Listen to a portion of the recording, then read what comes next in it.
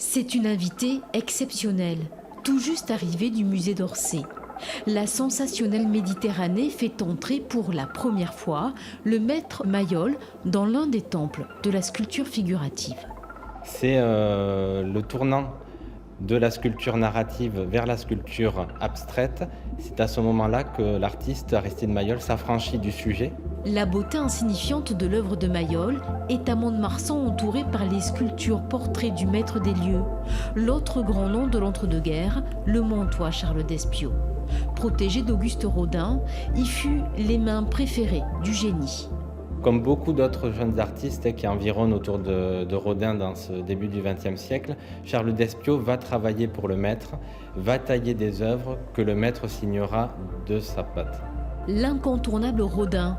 Sous les traits de Victor Hugo, il fait partie de la riche collection de 2400 œuvres du musée d'Espiau-Léric. Ouvert en 1968 dans un donjon du XIVe siècle, il représente l'évolution de la sculpture depuis la fin du XIXe jusqu'à aujourd'hui.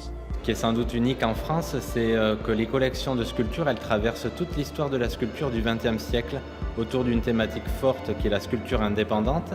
Durant une nuit, la sérénité et la perfection classique de Despiau et Léric va s'accorder avec un DJ set et un dîner punk, un mélange et une performance unique que seule la Nuit européenne des musées peut offrir.